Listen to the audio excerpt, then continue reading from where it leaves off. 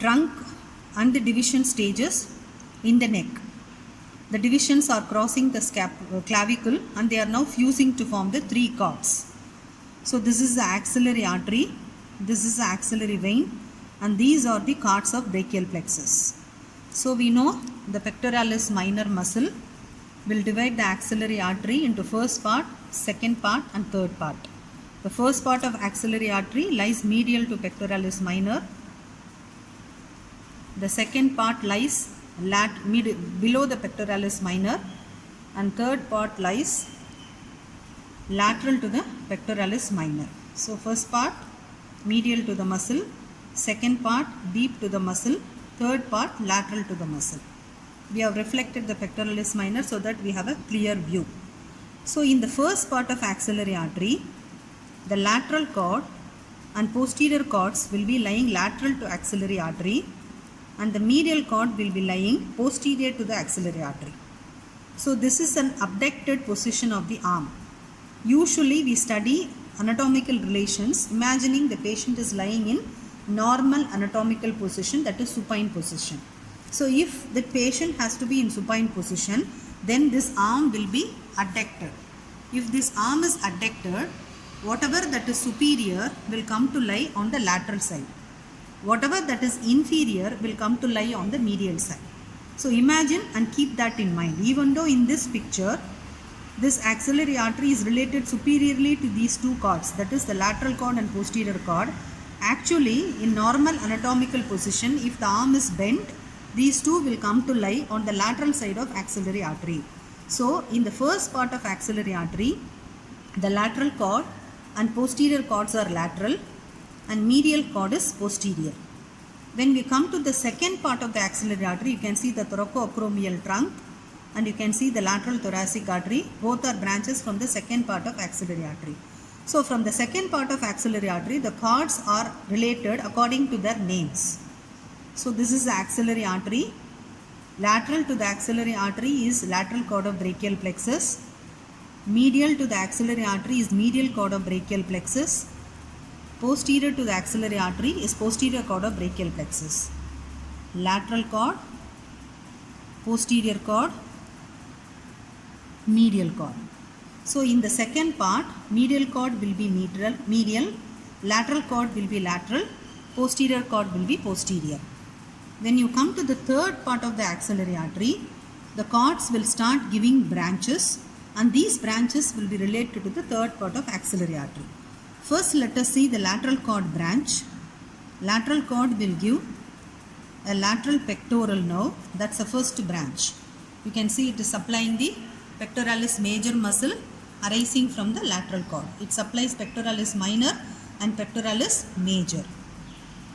Then it gives musculocutaneous nerve and lateral root of median nerve. These two are its terminal branches. The musculocutaneous nerve is the lateralmost branch. It will give a tweak to the shoulder joint and supplies the muscle of the front of the arm. It enters the arm by piercing through a muscle called coracobrachialis. Then it gives a lateral root of median nerve which will join with the medial root of median nerve, and together they form the median nerve which will be formed in front of the third part of the axillary artery. So the lateral cord branches are lateral pectoral nerve, lateral root of median nerve and musculocutaneous nerve. Now we move to the branches of medial cord of brachial plexus. The medial cord of brachial plexus branches will be lying medial to the axillary vein and third part of axillary artery. So these branches are, first is the medial cutaneous nerve of the arm. You can see this cutaneous nerve entering and supplying the skin of the axilla. So this is medial cutaneous nerve of the arm. Then between the axillary vein and axillary artery, you will see two nerves.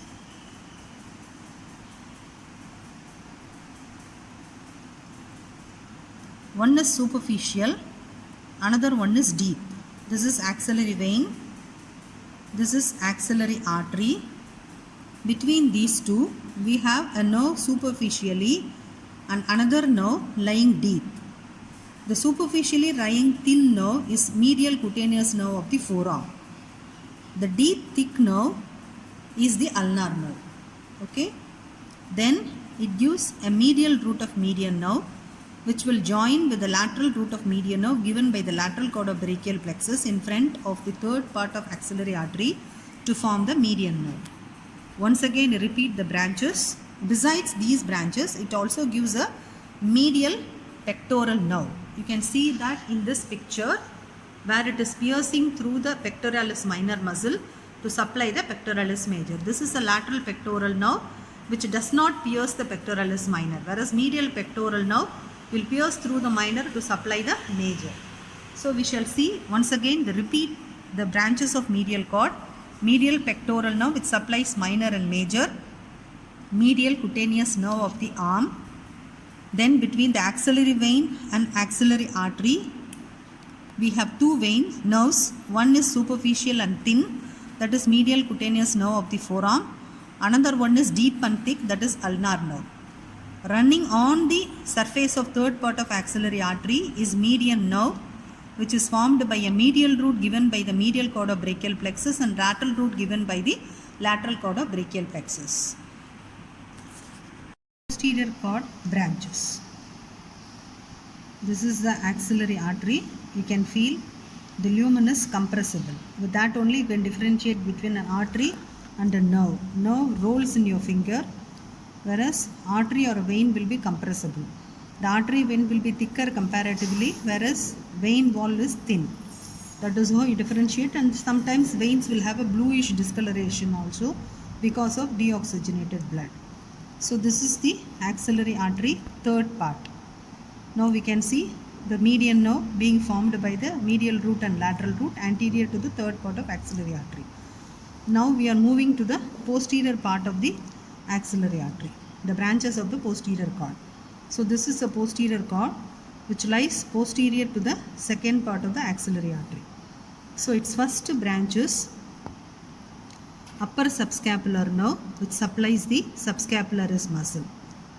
Then it gives thoracodorsal nerve which supplies latissimus dorsi muscle accompanying the subscapular artery, a branch from third part of the axillary artery. Then it gives lower subscapular nerve which supplies subscapularis muscle and teres major. So this is latissimus dorsi muscle, this is teres major.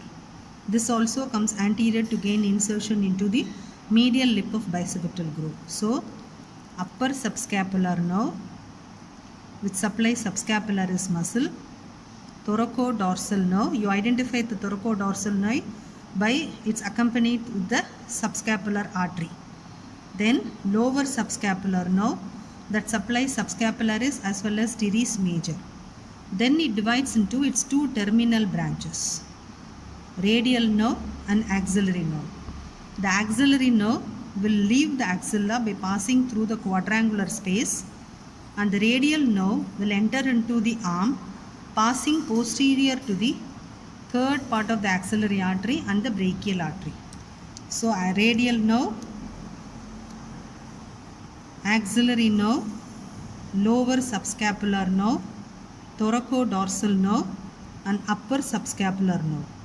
These are the branches of posterior cord of brachial plexus. You people to identify the major 5 nerves during your discussion. First, you have to identify the axillary artery. In front of axillary artery, this Y-shaped nerve, this is a lateral root, this is a medial root. These two fuse together to form the median nerve. So first to hold the median nerve by identifying the lateral root and the medial root. Lateral to that, you can see a thick nerve entering into the coracobrachialis muscle. Similarly, medial to it, you can see another thick nerve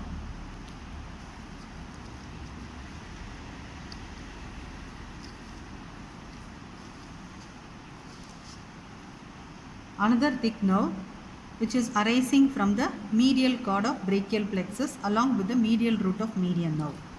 So what you have to do now, first identify the median nerve, then hold the nerve on the lateral side of it in one finger and another nerve on the medial side of it is another finger. Now you can get an M-shaped structure. The lateral limb of the M represents the musculocutaneous nerve. The medial limb of the M represents the ulnar nerve, and the central Y-shaped part of the M represents the median nerve. So first identify the median nerve, then pick out the nerve on its lateral side and another nerve on its medial side. The medial side nerve is ulnar nerve, lateral side nerve is musculocutaneous, the central one is median nerve. After identifying these three nerves, now lift all the structures above. Now I am lifting musculocutaneous, median nerve, axillary artery, ulnar nerve, and medial cutaneous nerve of the arm and the forearm and the vein. Posterior to all these structures, you will see a thick nerve entering into the back of the arm, that is radial nerve. Trace the radial nerve proximally, you will see the axillary nerve, another thick nerve leaving the axilla through the quadrangular space. Come further laterally, you will see a thick nerve entering into the substance of subscapularis muscle and supplying teres major. So that is lower subscapular nerve. Then along with subscapular artery, you will see a nerve accompanying it entering into latissimus dorsi muscle, that is thoracodorsal nerve. So even if you are not able to identify subscapularis nerve, you have to identify thoracodorsal nerve by its accompany with the subscapular artery and entering into latissimus dorsi. Then radial nerve is identified by its entrance into the arm on the posterior aspect. Medial to the radial nerve is the axillary nerve, which will leave the axilla by passing through the quadrangular space. So posterior to all these structures, you have the radial nerve, axillary nerve, lower subscapular nerve, thoracodorsal nerve, and upper subscapular nerve. This is the clue to identify these nerves. The nerve that is entering into pectoralis major muscle without piercing minor is lateral pectoral. If it pierces through the minor, as we have seen on the other side, that is medial pectoral nerve. So this is the clue to identify, or the tips to identify the nerves of the brachial plexus.